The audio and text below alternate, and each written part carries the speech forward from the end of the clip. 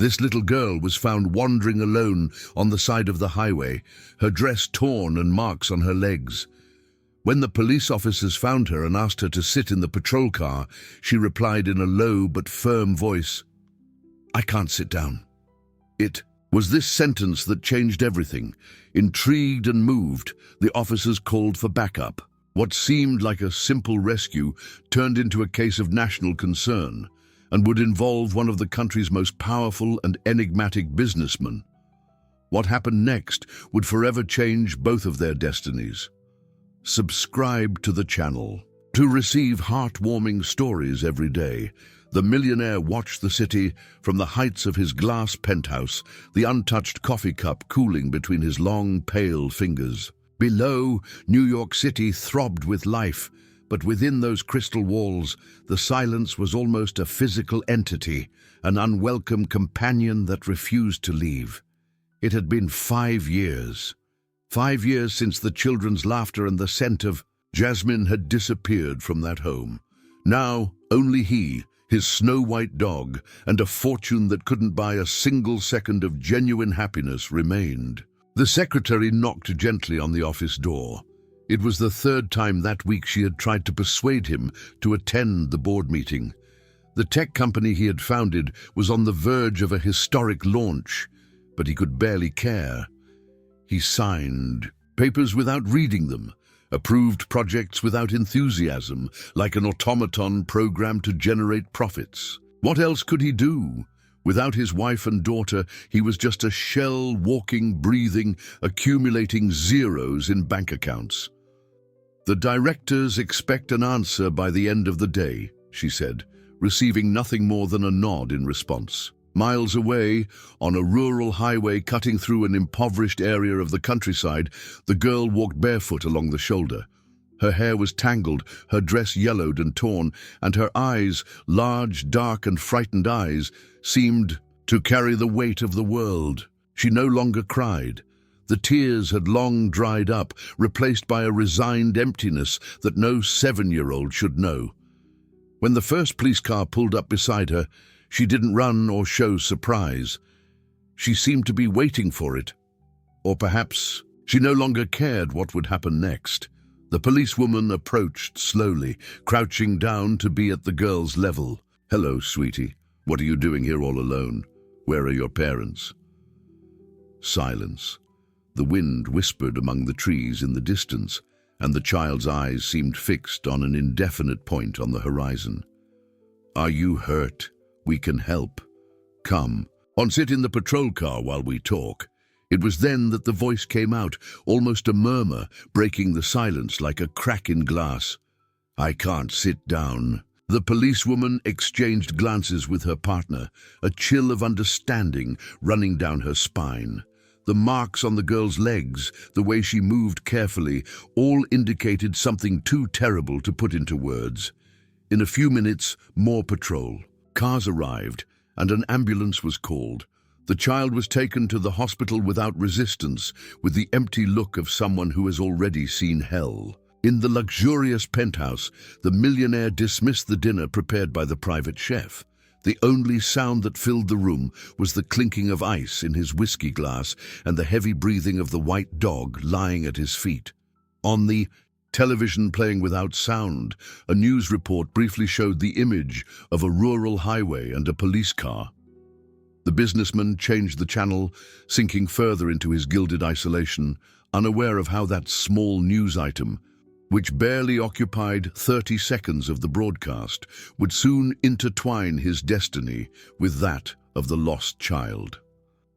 Night fell on both, on the man who had everything and had nothing, drowning his memories in expensive alcohol, and on the girl, who now lay in a hospital bed under the influence of mild sedatives, her little body finally finding some temporary relief, while the tests confirmed what the police already suspected. Two completely distinct worlds that by a strange twist of fate were about to collide. The doctor's office had that characteristic smell of antiseptic that the millionaire so detested. It reminded him of the hospital, the beeping machines, the doctors shaking their heads in denial, and that phrase that shattered his life, "I'm sorry, we did everything we could." Now, 5 years later, he was back in a medical environment, but for very different reasons. His personal physician had insisted on this consultation after the results of the routine exams.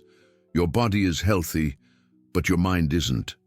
I'm worried about your cortisol levels and your sleep patterns. You need to find a purpose again," said the doctor, adjusting his glasses on his nose. "Maybe some volunteer work, something that connects you with people again." The millionaire scoffed with disdain. People, what had they done for him besides offering false condolences and then demanding his presence at tedious meetings where they discussed how to increase already obscene profits? "I have a suggestion," continued the doctor, ignoring his patient's obvious resistance. "The St. Clair's Children's Hospital needs donations for a new treatment wing. Why don't you visit the place? See how your money could make a difference." For a moment, the businessman wanted to refuse immediately. Children, it was like rubbing salt in the wound. But something in the doctor's eyes, perhaps genuine concern, made him reluctantly agree to the visit. 2 days later, accompanied only by his driver and his inseparable white dog, who insisted on coming along, the millionaire entered the colorful hallways of St. Clair's Hospital. The walls were decorated with children's drawings and fairy tale characters, a surreal contrast to the grief he carried like a second skin. The hospital director, a middle-aged woman with a maternal air, led him through the hallways, explaining the treatments and needs of the institution. He listened partially, his mind wandering between the discomfort of being there and the desire to return to the isolation of his penthouse. That's when they passed a special room, isolated from the others. Through the glass, they saw a girl sitting on the floor, surrounded by papers and crayons. She drew compulsively, the same drawing over and over, a figure in a suit next to an animal that looked like a white dog. "That's our newest patient. She was found wandering alone on a highway. Case of severe abuse. We still haven't been able to fully identify her. She barely speaks." Something about that scene made the millionaire stop. Maybe it was the compulsive way the girl drew, or maybe it was the white dog in the drawing, strangely similar to his own. The animal itself seemed to react, its ears perking up. "Why is she isolated?" he asked, his voice sounding strange to his own ears after so long using only the monotonous tone of business commands. "She reacts badly to other children and adults, especially men, except—" The director hesitated, and the businessman raised an eyebrow, encouraging her to continue. "Except when she sees your dog. It's the first time I've seen her show any real interest. Look how she's watching him." Indeed, the girl had stopped drawing and was now staring at the dog, a spark of recognition in her dull eyes. Driven by a force he couldn't explain, the millionaire asked, "Can I go in?" The director hesitated. "She's very sensitive to strangers, especially men. It could trigger an episode. Just so she can see the dog up close," he insisted, surprised by his own interest. "If she reacts badly, I'll leave immediately." After a brief consultation with the child psychologist, permission was granted. The millionaire entered the room slowly, keeping his distance, while the white dog cautiously advanced toward the girl. To the surprise of all the observers outside, the child didn't flinch. Instead, she extended a small, trembling hand towards the animal. "Snow," the girl whispered, her voice almost inaudible. "His name is Snow." The millionaire felt the blood freeze in his veins. Snow. That's exactly what his late daughter called the dog, a nickname that no one else used. How could this child know? When their eyes met briefly, something inexplicable seemed to pass between them, as if an invisible thread of destiny was finally revealing itself. At that moment, without understanding how or why, the millionaire knew that his life had just changed forever. The lawyer's office was filled with law books on polished mahogany shelves, framed certificates on the walls, and that unmistakable aroma of leather and paper. The millionaire fidgeted in the armchair, restless after telling his longtime legal counsel about the strange encounter at the hospital. "You're being irrational," said the lawyer, adjusting his glasses. "I understand you were impressed by the coincidence of the dog's name, but that doesn't mean there's any real connection between you and this child." "You weren't there," retorted the millionaire, running a hand through his graying hair. "The way she looked at me, as if she knew me, and those drawings." The lawyer sighed, joining his fingertips in a calculated gesture. "Let's be objective. You're a man who lost his family tragically and is still vulnerable. This girl is a victim of abuse who has probably seen your picture somewhere since you're a public figure. Her fixation on you could just be a psychological defense mechanism." The lawyer's cold words hit the millionaire like stones.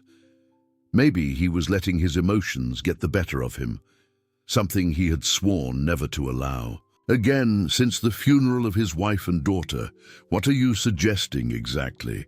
"I suggest you do what you've always done. Donate a generous amount to the hospital, hire the best specialists for the girl, but maintain emotional distance. You don't need any more pain in your life." The millionaire nodded mechanically, but the image of those deep, frightened eyes of the child wouldn't leave him. During the rest of the day, he tried to focus on work, signing multi-million-dollar contracts without really reading them, answering important calls with automatic responses. At night, in his isolated penthouse, the restless white dog walked in circles, occasionally stopping to look at the door as if expecting someone to arrive. The millionaire watched the animal, remembering the moment when the girl whispered "snow" with such familiarity. The phone rang, pulling him from his thoughts. It was the hospital director. "I'm sorry to bother you so late, but I thought you'd want to know. The girl had an episode today. She kept asking for the white dog and for you." "For me?" "Yes, she said she wanted to show more drawings to the snowman, and there's something else. We got a name. Her name is Sophia." But the millionaire almost dropped the phone. Sophia, like his late housekeeper, the one who had been almost a second mother to his daughter before the accident. "Are you all right?" asked the director at the prolonged silence. "Yes, just surprised by the coincidence," he replied, trying to maintain his composure. "Have you found out anything else about her?" "Not yet. The police are investigating, but without a last name or address, it's difficult. She'll be transferred to a temporary shelter tomorrow, since we no longer need to keep her hospitalized." A shelter. The word stirred in the millionaire a pang of discomfort that he couldn't explain. He thanked her for the information and hung up, but the thought of the girl in an impersonal place, surrounded by strangers, bothered him. Later, already in bed but unable to sleep, he took out a photo album that he rarely had the courage to open. There were records of a happy life, him younger, smiling beside his wife, his young daughter playing in the garden, and in several photos, the housekeeper Sophia, a kind, smiling woman who had mysteriously disappeared after the accident without even retrieving her belongings or her last paycheck. He never understood why she had left so abruptly. At the time, immersed in his own grief, he barely had the strength to investigate. Now, looking at these memories, an unease grew in his chest. The next morning, the millionaire did what he always did when faced with a problem. He tried to solve it with money. He instructed his assistant to make a substantial donation to the hospital, with the specific condition of improvements to the child's psychiatric wing. Then, he ordered his security team to discreetly investigate the girl's case without direct personal involvement. Collect all possible data, but without interfering with the official investigations, he instructed his head of security, a discreet and efficient ex-cop. I want to know exactly where she came from and who hurt her."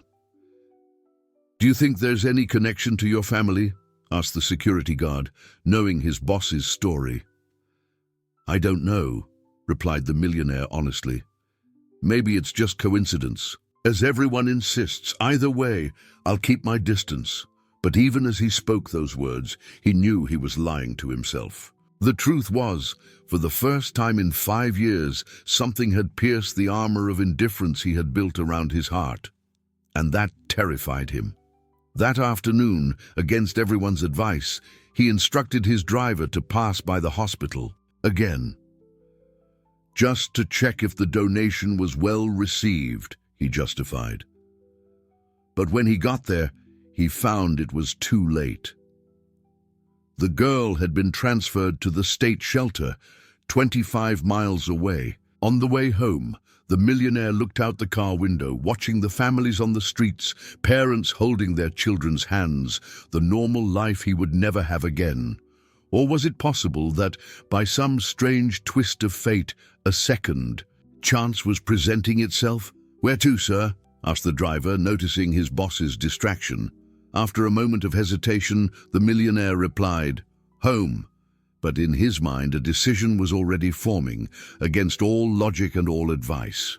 The state-run children's shelter was a rectangular concrete building, painted a faded yellow that was intended to be cheerful, but only highlighted the sadness of the place. Located on the outskirts of the city, the building housed dozens of children, in vulnerable situations, awaiting the slow process of family reunification or adoption. The millionaire felt a knot in his stomach as he parked his luxury car in the simple entrance. "Are you sure you want to do this, sir?" asked the driver, visibly worried about his boss's sudden decision. "Wait here," was the only response, as the businessman got out of the vehicle, adjusting the impeccable suit that seemed absurdly out of place in that environment. In the modest reception area, a middle-aged employee greeted him with wide eyes. Of surprise, it wasn't every day that one of the richest people in the country showed up in person at a state-run shelter. "I'm here to see a girl who was transferred from St. Clair's Hospital yesterday. Her name is Sophia." The woman frowned, consulting her records. "Yes, she's with us. But I'm afraid visits are restricted to family members or people authorized by the juvenile court." The millionaire was used to doors opening with a simple nod, to obstacles disappearing before his name or checkbook. The employee's refusal caught him off guard, but at the same time awakened an unexpected respect. "I understand, and I admire your dedication to the rules that protect these children," he said, softening his habitually authoritarian tone. "I'm not a relative, but I believe I can help her. She had a connection with my dog when we met at the hospital." The employee studied him for a moment, the skepticism evident in her gaze. "Little Sophia has been showing regressive behavior. Since she arrived, she's not eating properly, she's not interacting with the other children, and she had an episode when we tried to get her to sit in the cafeteria chair." The millionaire felt a pang in his chest as he imagined the girl's suffering. "Maybe I can't see her now, but can I at least leave something for her?" After getting authorization, he returned to the car and, to the driver's surprise, took the white dog that was in the back seat. From the trunk he took out a box he had prepared at the last minute, a professional drawing set, some children's books, and most importantly, a small white teddy bear. "Please, give this to her, and say that." He hesitated, searching for the right words. "Say that Snow sends his regards." The next morning, the millionaire received an unexpected call. It was the social worker responsible for Sophia's case. "Sir, I apologize for the inconvenience, but we have an unusual situation. The girl had a surprising reaction to your gift." The woman's voice trembled slightly with emotion. "She spoke, more than just a few words. She asked when you would come back with Snow, and she showed the drawings she made." "Drawings?" "Yes. She repeatedly drew the same scene: a man in a suit, a white dog, and what appears to be a large house. But the most impressive thing is that there are details of your apartment that appear in architecture magazines, as if she knew the place. Silence stretched between them as the millionaire processed this information. "There's one more thing," continued the social worker. "We got some preliminary information about her. Sophia appears to be the daughter of a woman named Sophia Mendez, who worked as a domestic in high-end homes before disappearing. We are trying to locate more complete records." The name hit the businessman like a lightning bolt. Sophia Mendez, his housekeeper. The woman who had cared for his daughter with such affection and who had mysteriously disappeared after the accident. Could it be that... "I need to see her," he said, his voice firm and decisive. "Right now." 3 hours and countless phone calls later, the millionaire was sitting in a simple room at the shelter, accompanied by Snow, his dog, and by 2 social workers who were watching attentively. The door opened, and an employee entered, holding Sophia's hand. The girl seemed even smaller and more fragile under the fluorescent lights of the room. She was wearing a simple grey sweatsuit, standard uniform of the shelter. Her dark hair was tied in a clumsy ponytail. But her eyes, those deep eyes that had haunted the millionaire in his thoughts, immediately lit up when she saw the white dog. "Snow!" she exclaimed, the first genuine smile emerging on her face marked by suffering. The dog, normally reserved, with strangers, ran towards the girl, wagging his tail with unusual enthusiasm. The scene moved even the most experienced social workers. "You came back," said Sophia, now looking directly at the millionaire while stroking the animal's soft fur. "I knew you would come back." "How do you know Snow?" he asked softly, trying to contain the emotion that threatened to break his careful composure. The girl lowered her gaze, a shadow passing over her face. "Mommy showed me pictures. She said that one day we would go home, the big house overlooking the city." Her voice was almost a whisper, but then the bad man took her away. The millionaire exchanged glances with the social worker, who nodded encouragingly. "Sophia, do you remember your mother's full name?" he asked carefully. "Sophia Mendez," replied the girl readily. "Like me, she said I was Sophia Mendez Jr." And then, with devastating innocence, she added, "Are you going to take me home now? Mommy said you would take care of me if something happened to her." At that moment, the millionaire felt something break inside his chest, a wall he had meticulously built around his heart over the past 5 years. The coincidence was too impossible. Somehow, this girl was the daughter of his housekeeper, the one who had been like a second mother to his own lost daughter. "I'm going to do everything I can," he replied, choosing his words carefully, aware of the social workers observing. "But first, we need to find out more about you and your mommy." The girl nodded with seriousness beyond her years. Then, to everyone's surprise, she approached the millionaire and, with cautious and clearly painful movements, sat next to him, a gesture of trust that brought tears to the social worker's eyes. "It's hurting less now," she said simply, as she rested her small hand on Snow's paw. The millionaire felt a lump in his throat. At that moment, he knew that no matter the bureaucratic obstacles, the pending investigations, or the contrary advice of his advisors, somehow destiny had intertwined his life with that of this little survivor. And for the first time in 5 years, he felt that maybe, just maybe, there was a purpose to go on. The judge's chambers in the juvenile court had that intimidating solemnity of environments where vital decisions are made daily. The millionaire, sitting rigidly in the wooden chair, seemed out of place, despite his impeccable suit. On the wall, portraits of smiling children, successful adoption cases, seemed to watch him expectantly. "Understand, sir," said the judge, a middle-aged man with deep dark circles under his eyes, "your request for temporary guardianship is, to say the least, unusual. You have no relation to the girl, But there's a connection, insisted the businessman, maintaining his composure despite the growing frustration. The child's mother worked in my house for years. There's enough evidence that Sofia Mendez trusted me to care for her daughter. The judge leafed through the voluminous file in front of him. We only have the child's own testimony about that, which, I must remind you, has gone through severe trauma. And according to the reports, you've barely left your house in the last 5 years. How can you guarantee that you have the emotional condition to care for a traumatized girl?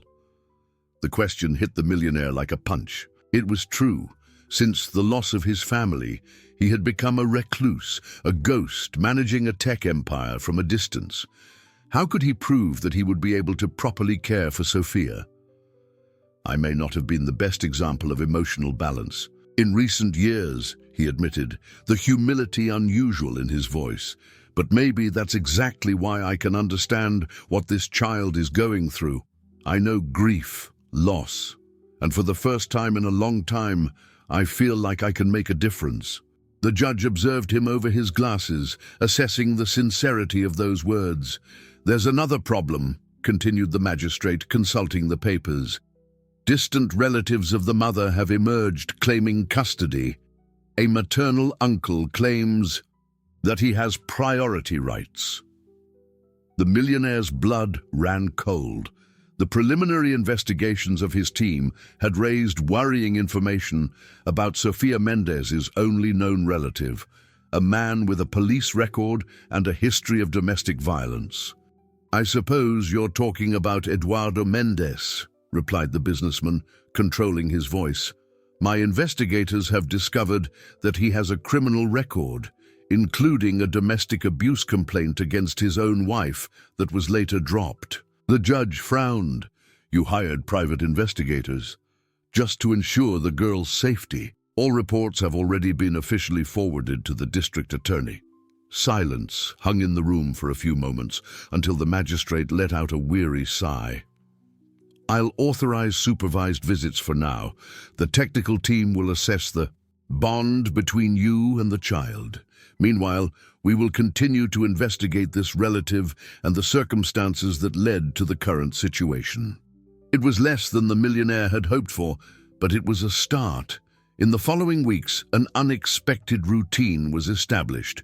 3 times a week, the businessman visited Sofia at the shelter, always accompanied by Snow, his white dog, who had become the initial link between them. The social workers watched with growing admiration the transformation in both. The girl, previously withdrawn and silent, began to show signs of recovery. She still had nightmares and panic in certain situations, especially when someone raised their voice or made sudden movements near her. But during the millionaire's visits, she smiled more often, talked about her drawings, and even began to accept limited physical contact, such as holding the businessman's hand while they walked around the shelter's yard. The millionaire, in turn, seemed to rejuvenate. His beard, previously unkempt, was now always trimmed. His eyes, previously opaque with sadness, regained a peculiar sparkle. Even his closest employees noticed the change, although no one dared to comment directly. On one of those visits, while Sofia drew intently and the businessman watched her in comfortable silence, the social worker accompanying them couldn't contain her curiosity. "She draws very well for her age," she commented, pointing to the paper, where the girl traced detailed outlines of a large house. And these drawings, they seemed so specific, as if they were memories. The millionaire nodded, observing how Sofia reproduced with impressive accuracy details of the mansion where he lived with his family before the accident, details she couldn't know unless she had been there. "I believe she's recalling visits to my old house," he replied cautiously. "Sofia Mendez, her mother, worked for me and may have occasionally brought her daughter." The social worker hesitated before asking, "And why did the mother disappear so suddenly after the accident that took your family? Don't you find it strange?" The question caught the millionaire off guard. It was something he had been questioning himself since discovering the girl's existence. "It's a mystery that I intend to unravel," he replied, keeping his voice low so that Sophia wouldn't hear. "My legal team is searching for records, trying to reconstruct Sophia Mendes's steps over the past 5 years. What they had already discovered was disturbing, evidence that the housekeeper had fled in a hurry with her young daughter, possibly fearing someone. Fragmented records showed that she worked briefly in other homes, always changing jobs after a few months, as if trying to disappear. Until approximately 2 years ago, all traces ceased, as if Sophia Mendes had been erased from the world. The girl, noticing the serious tone of the conversation, raised her eyes from the drawing and stared at the millionaire with an intensity that always disconcerted him. "He hurt Mommy," she said suddenly. "The bad man took her away on the rainy night." The businessman and the social worker exchanged worried glances. "What man, Sophia?" asked the professional gently. "Do you remember his name?" The girl frowned, concentrated, but then shook her head negatively. "It was Uncle. He yelled a lot. He said Mommy had something that belonged to him." At that moment, the millionaire's cell phone vibrated. It was a message from his private investigator. "We located Eduardo Mendes. He's trying to expedite the guardianship process with the courthouse. He has an influential lawyer on his side." The businessman felt a chill run down his spine. Time was running out. If this man, possibly the abuser of both mother and daughter, managed to get custody of Sophia, all the marks of progress that the girl had been demonstrating would be quickly erased. "I need to go," he said to the social worker. "Urgent matters." Sophia immediately noticed the change in his expression and grabbed his hand with surprising strength for such a small child. "You're coming back, aren't you?" she asked, the fear showing in her trembling voice. "Promise?"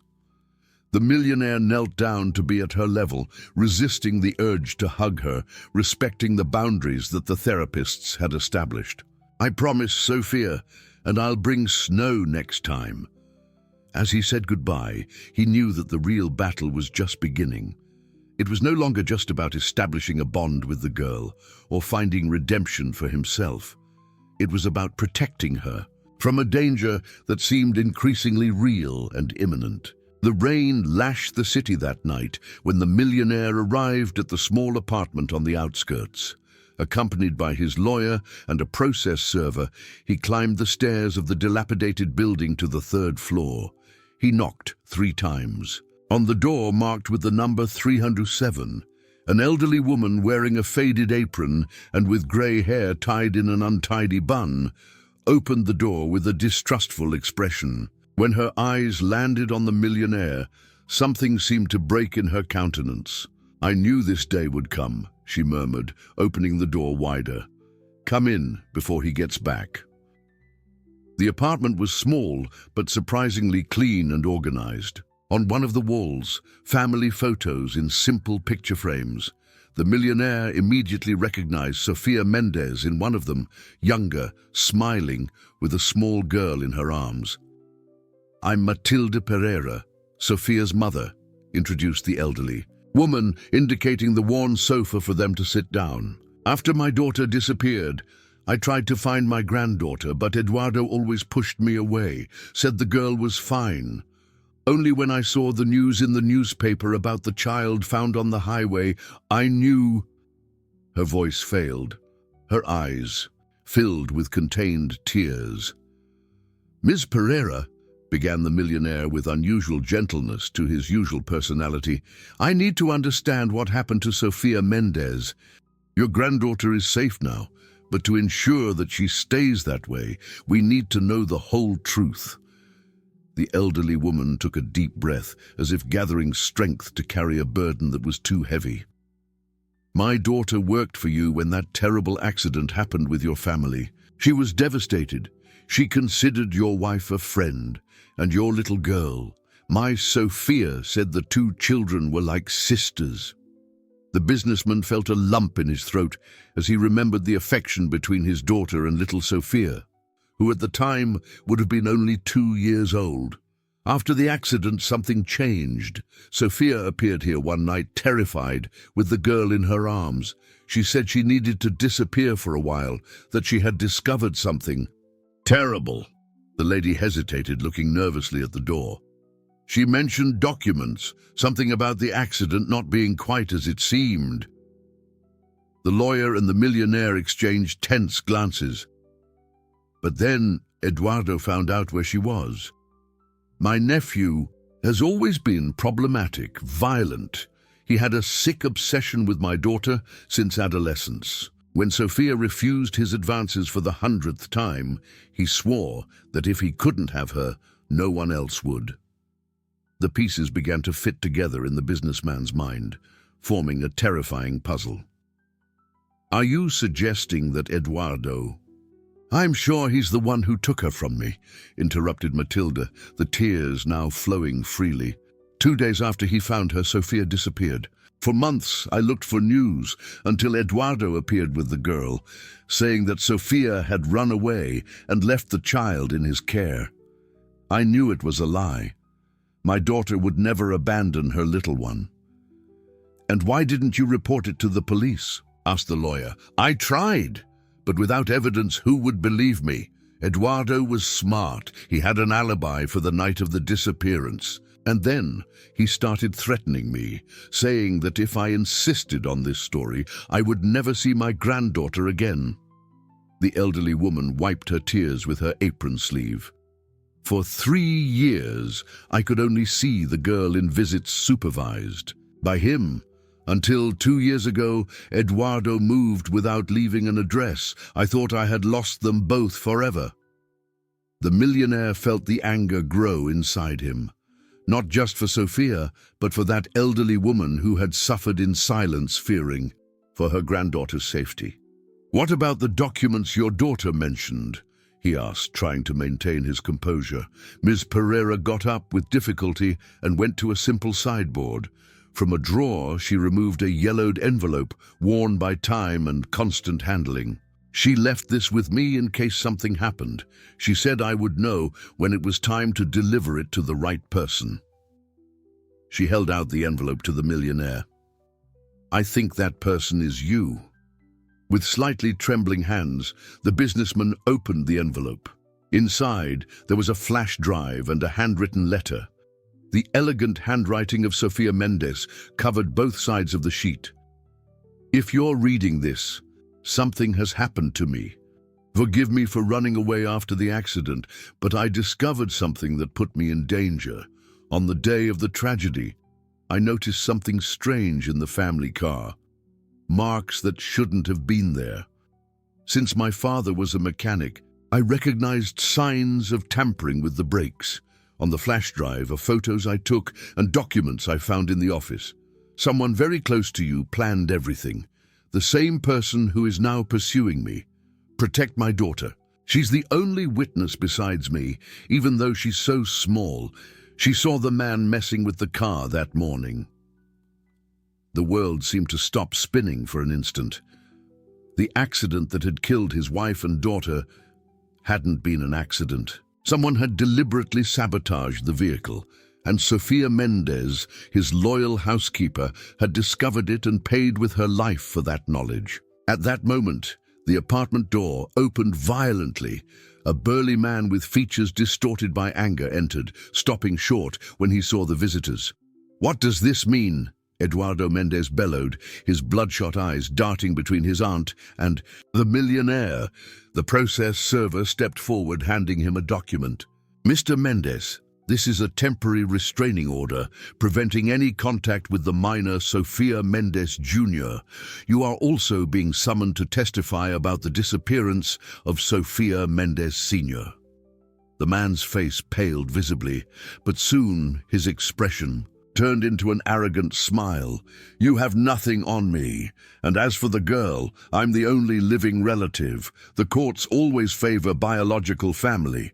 Not this time, replied the millionaire, his voice now charged with an authority that made Eduardo recoil instinctively.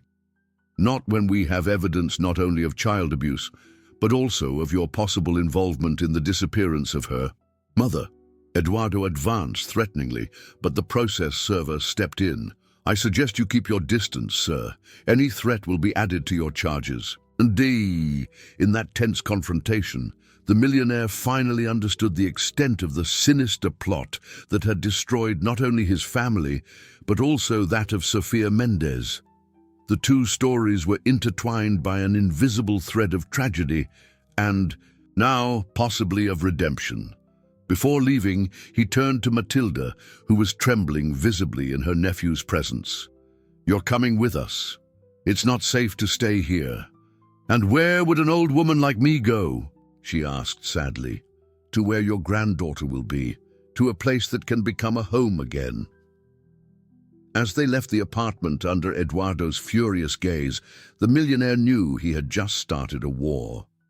But for the first time in 5 years, he felt he had something to fight for, not just justice for his lost family, but a future for little Sofia and her grandmother. And at the center of it all was the revelation that completely changed his understanding of the past.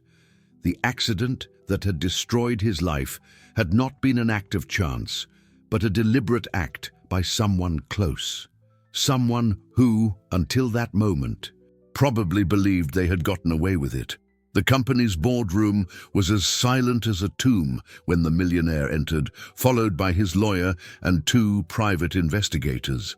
The 12 members of the board of directors settled into their chairs, expressions ranging from curiosity to irritation at being called so urgently on a Sunday.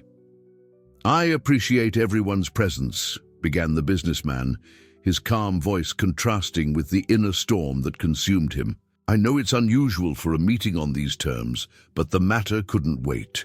The vice president, a gray-haired man who had worked at the company for over 20 years, cleared his throat impatiently. I assume it has to do with the rumors about your sudden decision to adopt a child. The public relations department is concerned about the press narrative. The millionaire allowed himself a humorless smile. Yes, it has to do with Sofia, but not in the way you imagine. With a gesture, he instructed one of the investigators to distribute sealed folders to each member of the board. What you are seeing are the results of a private investigation I conducted in recent days. On page 3, you will find technical evidence that the accident that took the lives of my wife and daughter was not an accident. The vehicle's brakes were deliberately sabotaged. A shocked murmur ran through the room. The vice president paled visibly. On page 7, continued the millionaire relentlessly, you will see substantial bank transfers from an offshore account to the name of Ricardo Lemos, the mechanic who certified the safety of the vehicle a week before the accident. Transfers authorized by someone in this room. The silence became almost palpable. The millionaire watched carefully the reactions of each one, until his eyes landed on a man at the end of the table, the chief financial officer, his second cousin and, until then, one of his most trusted advisors. Carlos, said the millionaire, his voice now dangerously soft, do you have something to say? The chief financial officer maintained his composure, only a slight tremor in the corner of his lips betraying his nervousness. I don't know what you're talking about. These accusations are absurd and potentially defamatory. Curious you mentioned defamation, replied the businessman, signaling the second investigator to turn on the projector. Because we have more. On the white wall appeared the image of Carlos leaving a roadside motel with a woman. The date in the lower corner indicated 3 days after the millionaire's family funeral. The woman, although with a haggard appearance and different hair, was unmistakably Sofia Mendez, the housekeeper. How much did you pay her to keep quiet, Carlos? Or was it a direct threat? The millionaire's voice now trembled slightly with contained anger. Sofia Mendez discovered your plans. She saw you sabotaging the car that morning, and you pursued her for years until she made the mistake of trusting the wrong people. The chief financial officer stood up abruptly, knocking over his chair. "This is a setup. You have no real evidence of anything." "We have the testimony of her daughter," replied the millionaire calmly. "A 7-year-old child who, even traumatized, perfectly remembers the man who hurt the car and then hurt Mommy. A child that you tried to silence using her own uncle, Eduardo Mendez. He, yes, easily manipulated with money and promises." Carlos looked around like a cornered animal seeking an escape route. "Why?" finally asked the millionaire, the question that had consumed him for days. "We were family. What led you to do this?" The chief financial officer let out a bitter laugh. "Family. You were always the darling, the genius, the visionary. While I did all the hard work behind the scenes, when the board started considering my name for the CEO position, you quickly announced that your heir would take over in a few years, your precious 5-year-old daughter, as if a child had more right to this company than me, who has dedicated my life to it." A horrified silence gripped the room. The confession, born of long and deep resentment, echoed among the glass walls. "So you killed an innocent woman and a child out of envy?" asked the vice president, his voice filled with revulsion. "I didn't plan for them to be in the car," Carlos shouted, out of control. "It was supposed to be just you. They were supposed to travel the next day." The security guards were already entering the room when the millionaire gestured for them to stop. "I want to hear the rest," he said, his eyes fixed on his cousin. "What happened to Sofia Mendez? Is she alive?" Carlos's face contorted into a mask of fury. "That nosy little maid. She saw me that morning, but she didn't say anything at the time. Afterwards, she started asking questions, investigating on her own. When she confronted me, I offered her money, a lot of money. For a while she accepted, but then her conscience started to weigh on her. She threatened to report me, and you handed her over to Eduardo Mendez, knowing what he was capable of," completed the millionaire, feeling nausea rising in his throat. Carlos didn't answer, but his silence was confirmation enough. "You will answer for all of this," said the businessman, signaling the security guards, "and I will personally ensure that every minute of the rest of your life is dedicated to paying for your actions." As the security guards removed the chief financial officer from the room, the millionaire felt an immense weight leave his shoulders, the weight of doubt, of uncertainty about the past. Now, finally, he knew the truth, but with it came an even greater responsibility: to ensure justice not only for his lost family, but also for Sofia Mendez. On the way back home, he called the shelter where little Sofia was waiting. "I need to see her," he told the social worker. "There have been important developments in the case." Hours later, sitting in a simple room at the shelter, the businessman faced a challenge he never imagined: how to explain to a child already so hurt that the man responsible for her suffering was finally being punished, but that her mother would probably never return. Sofia entered the room, accompanied by her grandmother, Matilda, who was now staying in a safe hotel paid for by the millionaire. The girl looked different. There was a new hairstyle in her hair and new clothes, replaced the shelter uniform. But the most notable thing was her gaze, less frightened, almost hopeful. "You're sad," she observed immediately, sitting next to him carefully. Although she still showed discomfort, she was now able to sit for short periods. "Yes," admitted the millionaire honestly, "I discovered difficult things today." Sofia nodded with the premature wisdom of children who have faced the unimaginable. "About the bad man?" "Yes, about him. He won't hurt anyone anymore, Sofia. I promise." The girl was silent for a moment, processing the information. Then, with devastating simplicity, she asked, "Is my mum coming back now?" The millionaire felt his heart break. He looked at Matilda, who had silent tears running down her wrinkled face. "Sophia," he began, searching for the right words, "I believe your mother was very, very brave.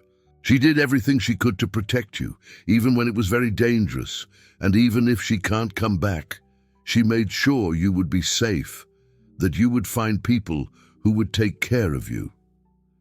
"Like you?" asked the girl, her eyes fixed on his. "Like me, like your grandmother, and like many other people who will help make your life better from now on."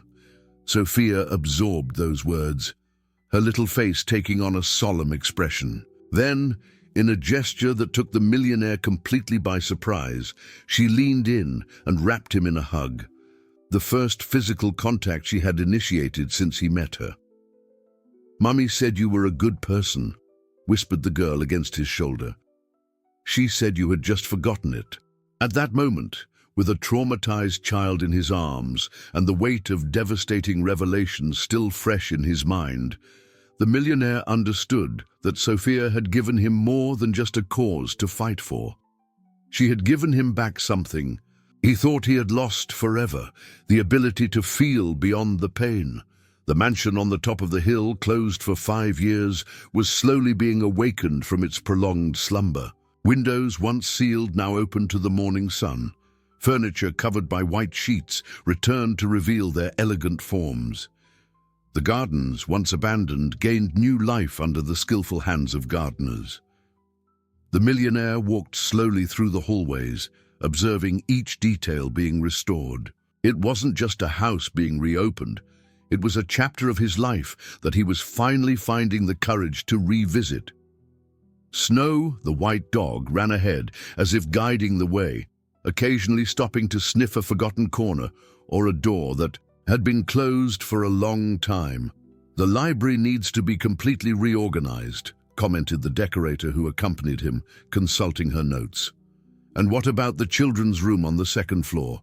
You mentioned specific adaptations." The businessman hesitated for a moment. The room that had belonged to his daughter had remained untouched since the accident, like a mausoleum of memories too painful to face. "Let's turn it into an art studio," he finally replied. "Something completely new, but maintaining the view of the garden. I want shelves for books, an easel, professional quality drawing materials." The decorator nodded, making quick notes. "And the colors?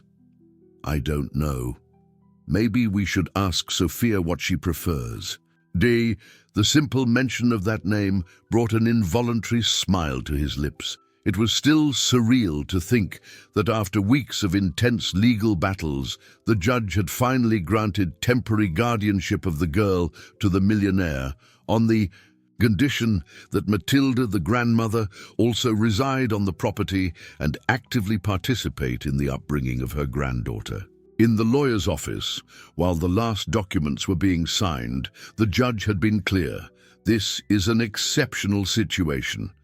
The granting of guardianship to someone without a blood tie is only possible due to the testimonies of the child, herself and the grandmother, in addition to the extraordinary circumstances of the case. Any sign of irregularity, and we will immediately review the decision. Now, as he supervised the preparations for the arrival of Sophia and Matilda, scheduled for the next day, the millionaire felt a mixture of anxiety and hope that he hadn't experienced in years. In the master suite, a team of therapists specializing in childhood trauma finalized the installation of specific equipment. The lead psychologist, a middle-aged woman with gentle eyes, made detailed recommendations. Sophia still presents deep physical and emotional traumas. The most important thing is to establish predictable routines and a safe environment. Each advance, however small it may seem, should be celebrated. The millionaire listened attentively, absorbing each guideline. In recent days, he had dedicated himself to studying childhood trauma, therapeutic techniques, and pedagogy, areas completely alien to his business world. But now, he had taken on this new mission with the same intensity and commitment that he had dedicated to business. "Nightmares will probably continue for some time," continued the specialist. "It's important that someone is always available when she wakes up scared." "I will be," he replied with unusual firmness. The psychologist smiled approvingly. "I know you will be. It's impressive the transformation we've seen in you these weeks, as much as the one we've seen in Sophia." In another room of the mansion, the hired chef organized the week's menu, considering the food preferences that the social worker had reported. Sophia liked pasta, red berries, and hot chocolate. She hated peas and was afraid of very hot foods, probably related to some traumatic experience with burns. The afternoon progressed when the millionaire received an important call. It was his lawyer, with news of the criminal case against Carlos and Eduardo. The police found human remains on Eduardo Mendez's rural property, informed the grave voice on the other end of the line. "Preliminary analysis indicates compatibility with an adult woman. They are performing DNA tests to confirm if they are the remains of Sofia Mendez." Boo. The businessman closed his eyes, a sharp pain piercing his chest. Although he already suspected this outcome, the confirmation was devastating.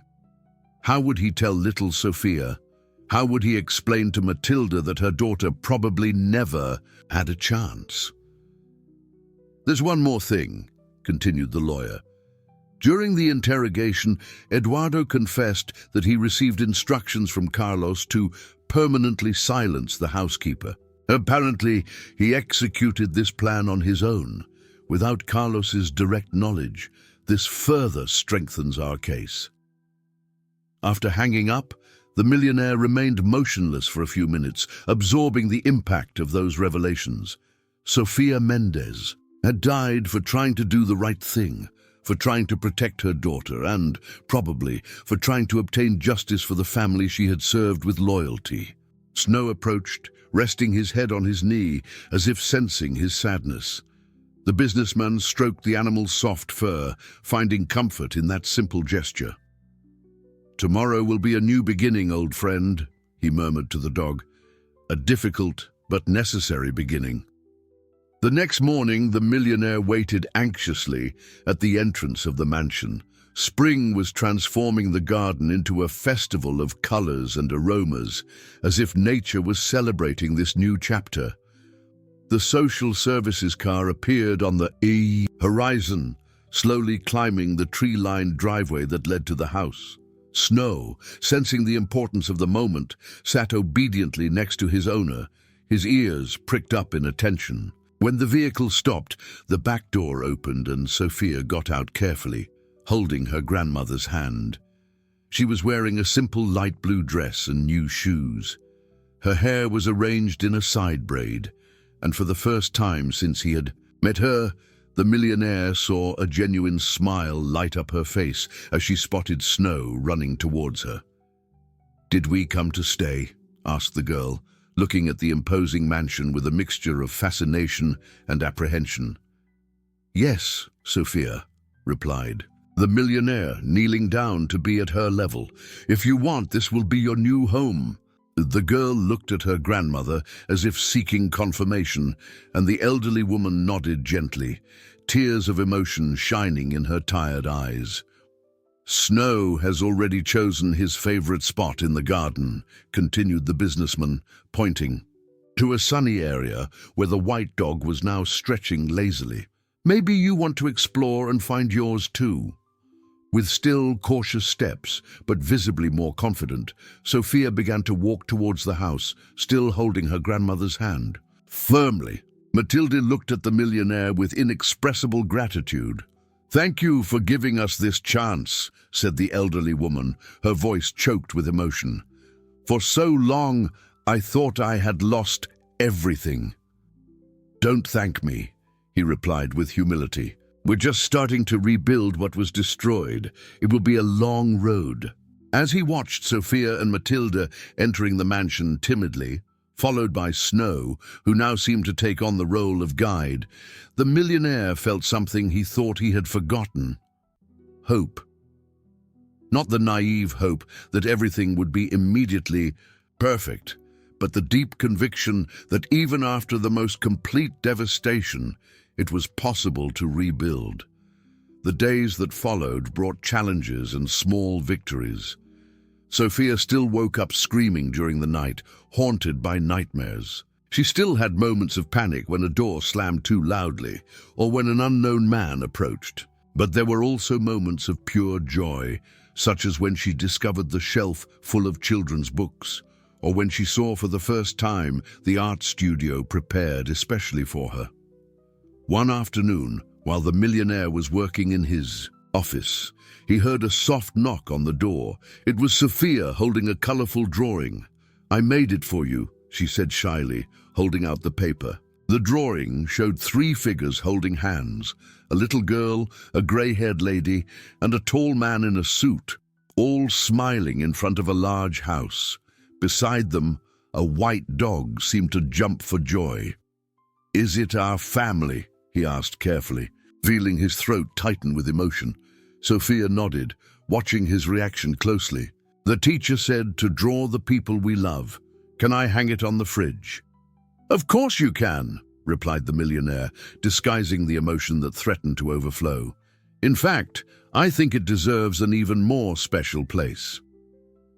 The next day, the drawing was framed on the main wall of the living room, next to family photographs and valuable works of art, occupying a place of equal importance. That night, the millionaire did something he hadn't done in 5 long years. He dined at the table with other people, talking about simple things like the taste of the food, the flowers blooming in the garden, and plans for the next day. And, for the first time since the tragedy, he felt he was truly living, not just existing. The courtroom was packed. Journalists, curious onlookers, and representatives from child protection organizations competed for the best seats to follow what the press was already calling the Sophia case, a story that had captured national attention, mixing elements of tragedy, corporate crime, and redemption. The millionaire adjusted his tie, trying to maintain his composure despite the anxiety that consumed him. At his side, his legal team reviewed last-minute documents. Across the hallway, Eduardo Mendez's lawyer, a man with an arrogant expression and an expensive suit, spoke in whispers with his client. Eduardo had been released on bail while awaiting trial for crimes related to Sophia Mendez's disappearance. Now, in a desperate move, he was trying to obtain guardianship of his great niece, claiming priority by blood ties. "He's playing with public opinion," explained the millionaire's lawyer in a low voice, "trying to create the narrative of the loving relative against the cold businessman who only wants to clean up his image. But we have strong testimonies, evidence of abuse, and the report from the multidisciplinary team fully supports your guardianship." The businessman nodded, but his gaze was fixed on the door through which Sophia and Matilda were supposed to enter at any moment.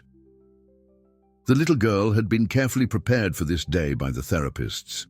But even so, reliving the traumas before a court would be a terrible ordeal for a 7-year-old. When they finally entered, accompanied by a forensic psychologist, the millionaire felt his heart clench. Sophia wore a simple blue dress and held her grandmother's hand tightly. Her eyes nervously scanned the room until they found his, and a small, relieved smile appeared on her face. "Everything will be all right," he mouthed silently, receiving a timid nod in response. The judge entered the room, a middle-aged woman with a stern but fair expression. After the initial formalities, the legal battle began. Eduardo's lawyer was the first to present his arguments, painting his client as a dedicated uncle who only made some errors in judgment when disciplining his great niece. He questioned the millionaire's intentions, insinuating ulterior motives and trying to characterize the recent bond as artificial and convenient. When it was the defense's turn, the businessman's lawyer presented a comprehensive dossier, medical reports documenting the abuse suffered by Sophia, testimonies from neighbors who heard screams coming from Eduardo's house, and, most impactful, the drawings made by the girl herself during therapy sessions, showing terrifying figures that represented her uncle. "Your Honor," concluded the lawyer, "we are not just deciding on the custody of a child. We are deciding whether she will have the chance to overcome her traumas and have a normal life, or whether she will be returned to the same environment that almost destroyed her." The judge considered for a moment before announcing, "I would like to hear Sophia herself in my chambers, only in the presence of the forensic psychologist and the lawyers from both sides." As the girl was led to the private room, the millionaire exchanged a worried look with Matilda, who squeezed a handkerchief between her gnarled fingers. The minutes dragged on, turning into an agonizing hour. When everyone finally returned to the courtroom, Eduardo's lawyer's expression already indicated defeat. Sophia returned to her place next to her grandmother, sitting carefully, a gesture that always reminded everyone of the suffering she had endured. The judge adjusted her glasses and looked directly at Eduardo before delivering her decision. "This court exists to protect the best interests of the child, not to perpetuate biological ties when they represent danger." Sophia's testimony, as well as all the evidence presented, leaves no doubt that the applicant not only failed to protect the minor, but was directly responsible for systematic abuse. Eduardo began to protest, but was silenced by the judge with a firm gesture. "In view of this, I grant permanent guardianship of the minor Sofia Mendes Jr. to the applicant," she continued, now looking at the millionaire, "on the condition that the maternal grandmother, Matilde Pereira, continue to reside with the child and actively participate in her upbringing, as already established in the temporary guardianship." A collective sigh of relief ran through the side of the room where the businessman and his team were. Sophia looked confused at her grandmother, still not fully understanding the meaning of that decision. "Does it mean we're going to keep living in the big house?" she asked softly. Matilda nodded, wiping away tears of joy. "Yes, my little one, forever if we want." Before the happiness could settle completely, Eduardo stood up in a brusque movement, his face contorted with anger. "This is a sham," he shouted, pointing an accusing finger at the millionaire. "You bought them all. You destroyed my life just like you destroyed Sophia's." The security guards advanced quickly, but not before Eduardo managed to get dangerously close to the businessman. "You knew all along, didn't you?" he continued while being restrained. "You knew your housekeeper had found out about Carlos, about the accident. That's why you let her die." The courtroom erupted into chaos. Sophia hid her face in her grandmother's lap, trembling with fear. The judge ordered silence, banging the gavel repeatedly. The journalists frantically scribbled down the bombshell accusations. When order was finally restored and Eduardo removed from the room, the judge looked gravely at the millionaire. "Considering these serious accusations, although made in dubious circumstances, the court requests clarification. Is there any truth to Mr. Mendes's allegations?" The businessman stood up slowly, feeling the weight of all eyes on him.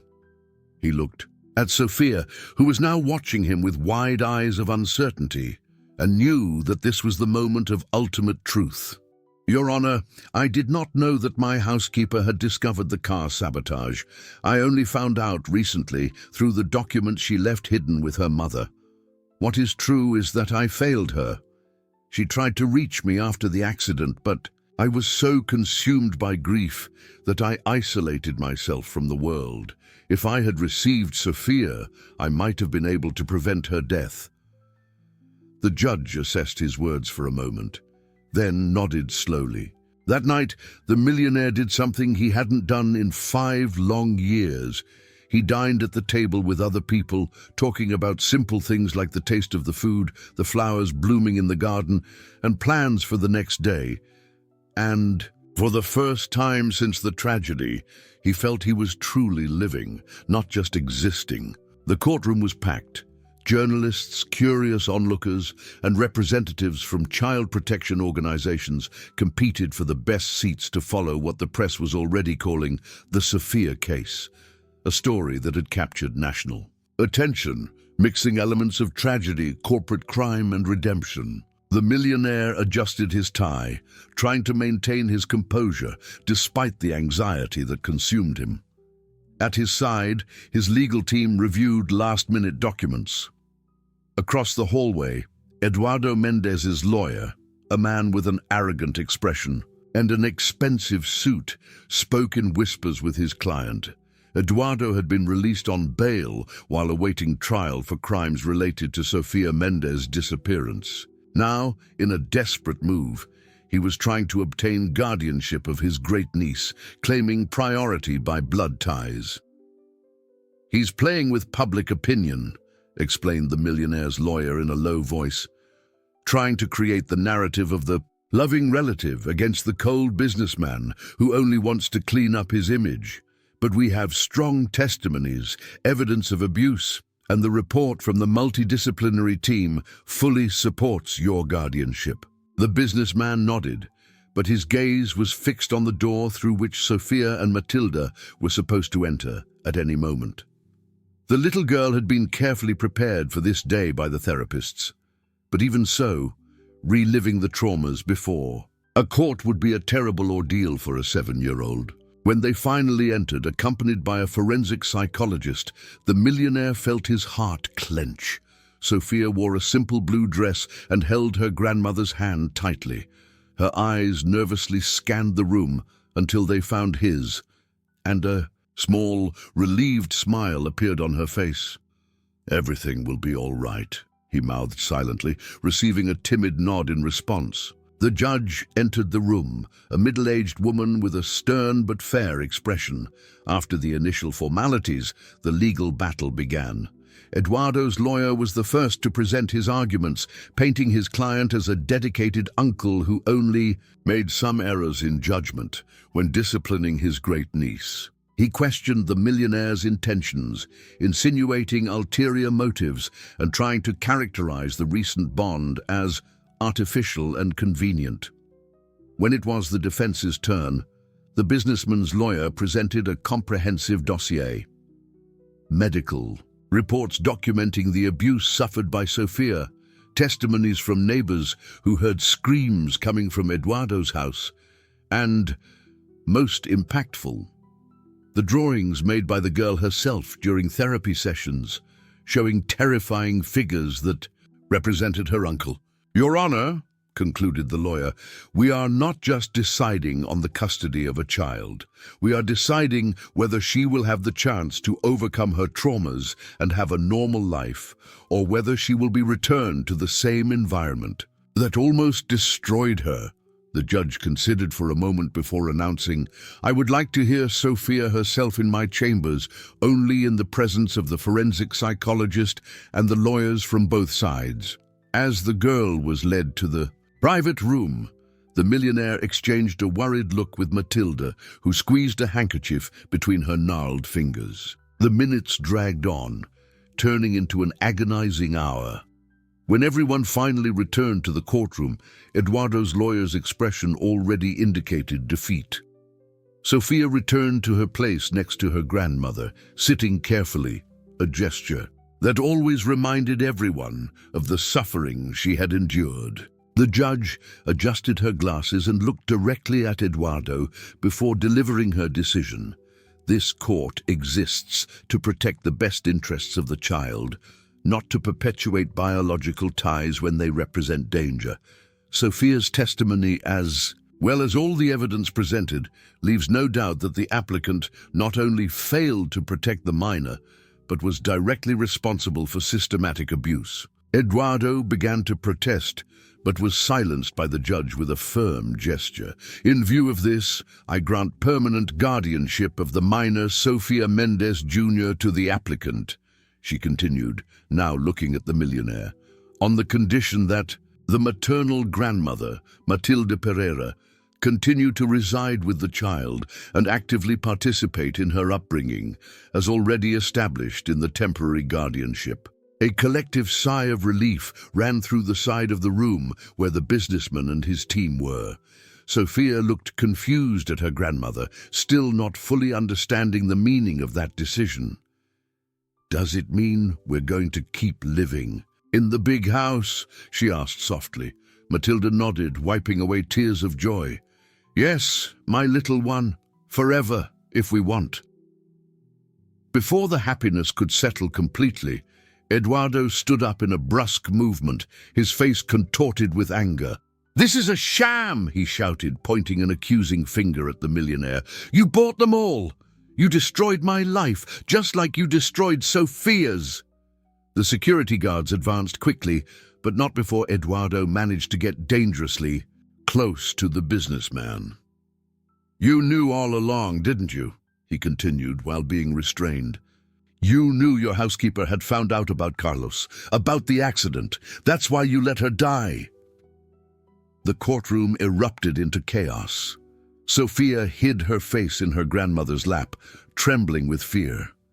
The judge ordered silence, banging the gavel repeatedly. The journalist frantically scribbled down the bombshell accusations. When order was finally restored and Eduardo removed from the room, the judge looked gravely at the millionaire. "Considering these serious accusations, although made in dubious circumstances, the court requests clarification. Is there any truth to Mr. Mendez's allegations?" The businessman stood up slowly, feeling the weight of all eyes on him. He looked at Sophia, who was now watching him with wide eyes of uncertainty, and knew that this was the moment of ultimate truth. "Your Honor, I did not know that my housekeeper had discovered the car sabotage. I only found out recently through the documents she left hidden with her mother. What is true is that I failed her. She tried to reach me after the accident, but I was so consumed by grief that I isolated myself from the world. If I had received Sophia, I might have been able to prevent her death." The judge assessed his words for a moment, then nodded slowly. "The court appreciates your honesty. The decision on guardianship remains unchanged, but I recommend full cooperation with the authorities in the investigation of Sophia Mendez's disappearance." As he left the courtroom that day, the millionaire knew that the legal battle was won, but the real challenge was just beginning. Building a family from the fragments left by the tragedy. In the car, during the way back home, Sophia remained silent for long minutes. Finally, she looked directly at the businessman and asked, "Is it true that Mommy tried to find you after the accident?" "Yes," he replied honestly, "and I deeply regret not having been there for her, for both of you." To his surprise, the girl extended her small hand and touched his arm gently. "It wasn't your fault," she said with a wisdom beyond her years. "Mommy always said that sadness sometimes makes people hide, like I hid in the closet when I was scared." The millionaire felt warm tears roll down his face, the first he had allowed himself in years. At his side, Matilda sobbed quietly, and, on that sunny afternoon, inside a car that was taking them home, three souls broken by the same tragedy began, finally, the true healing process. 6 months had passed since the landmark hearing. The mansion on the hill, once a mausoleum of painful memories, now pulsed with a new life, still cautious but genuine. On that Sunday morning, the millionaire woke up to the sound of laughter. Following the unusual melody, he found Sophia and Matilda in the kitchen making pancakes. The girl, with an improvised apron tied twice around her small body, tried to flip a pancake in the air, resulting in a disastrous landing that provoked laughter in her grandmother. "Good morning," he said, hesitating at the door, still not used to being part of these familiar moments. "We're making a special breakfast," announced Sophia, her face lit by a joy that was becoming increasingly frequent. "It's a celebration day." The businessman frowned, mentally consulting his calendar. It wasn't anyone's birthday, nor a holiday. He could recall. Matilda smiled, noticing his confusion. Sophia insisted that today we needed to celebrate. Celebrate what? He asked, sitting at the kitchen table, a habit unthinkable in his previous life, when he rarely set foot in that environment. Sophia approached, holding a crooked pancake on a plate. Today is exactly 100 days since I was able to sit without feeling pain. The millionaire felt the air leave his lungs. It was true. The doctors had explained that Sophia's physical injuries would take time to heal completely. For months, she had sat with extreme care, often preferring special cushions or standing. The physical pain was a constant reminder of the abuse suffered. 100 days, he repeated, accepting the plate with reverence. That definitely deserves a celebration. After breakfast, the three walked through the garden accompanied by Snow, who ran happily among the newly planted flowers. Sophia pointed proudly to the daisies she had helped plant, explaining with surprisingly scientific detail how the flowers grew, knowledge acquired in the private lessons she now received at home while preparing to eventually attend a regular school. The millionaire observed the interaction between grandmother and granddaughter with a sense of privilege. Gradually, he was learning the silent language of the family. The meaningful glances, the inside jokes, the spontaneous gestures of affection that had once seemed so impossible in his life. Back in the house, he went to the office to check some urgent emails. The company, now restructured after the scandal involving Carlos, was finally getting back on track under a new board. To the surprise of many, the millionaire had delegated much of his executive responsibilities, choosing to devote more time to his new family and to the foundation he had created in memory of his wife and daughter. A soft knock on the door interrupted his thoughts. It was Matilda holding a cup of tea. "I thought you would like a break," she said, placing the cup on the table. After months of living together, the elderly woman had lost much of her initial shyness, naturally assuming the role of matriarch of the house.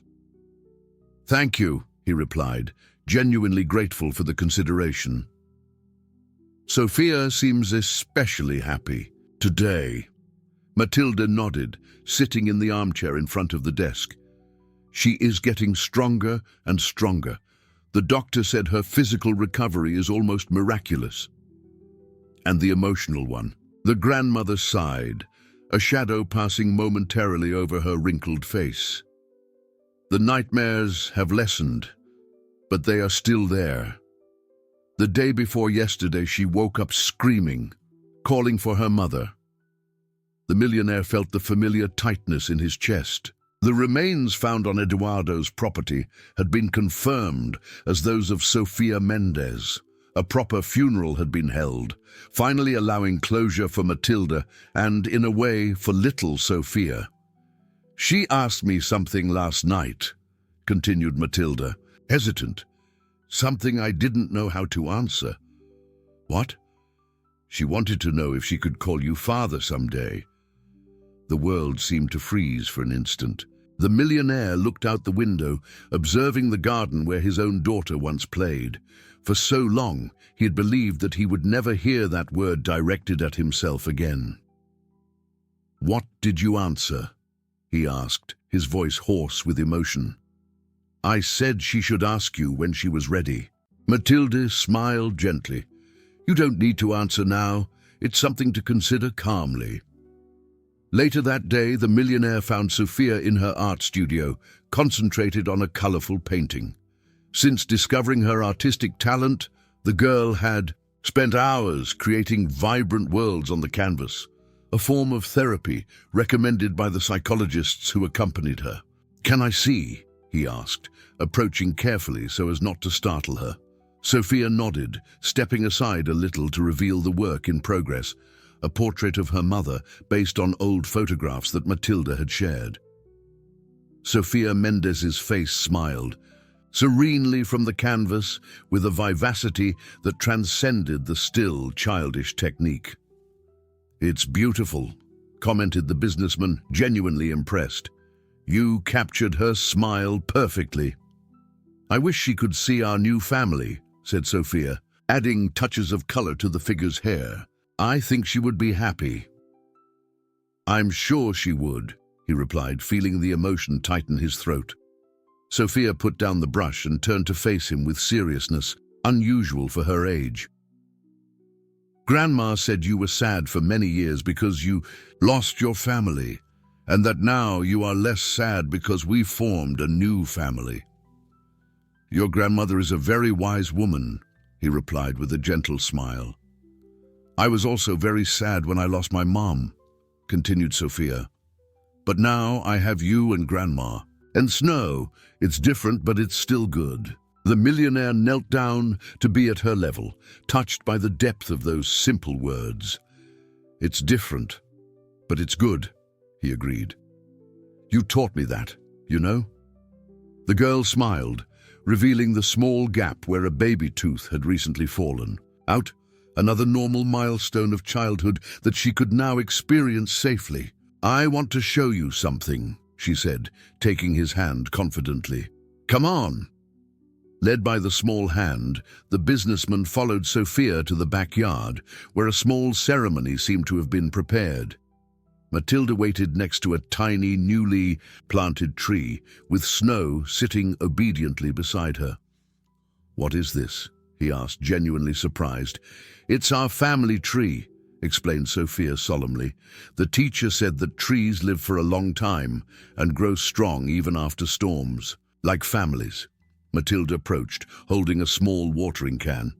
It was her idea to plant something that symbolized our new beginning. The millionaire observed the fragile sapling, protected by support stakes and freshly planted in fertile soil. Like that little tree, his new family was still vulnerable, needing constant care and protection against the storms of life. But with the proper roots, it would grow strong and resilient. "Let's water it together," suggested Sophia, taking the watering can from her grandmother's hands. The three gathered around the small tree, each holding a part of the watering can. As the water nourished the earth around the sapling, Snow barked happily, as if he understood the importance of the moment. On that quiet evening, under the sky that gradually turned shades of orange, the millionaire finally understood what he had sought so much in the years of isolation after the tragedy. Not oblivion or revenge, but simply the chance to love again. Sophia, the girl who once couldn't sit, was now firmly planted in his life, teaching him daily about resilience and hope. And he, the man who had lost everything, had discovered that the heart, however broken it may be, always possesses the extraordinary ability to expand, to embrace new loves. "Our family," he murmured, gently embracing Sophia and Matilda's shoulders, as they watched the sun set on the horizon. "Our tree." If this story touched you, subscribe to the channel and turn on notifications to receive new stories every day.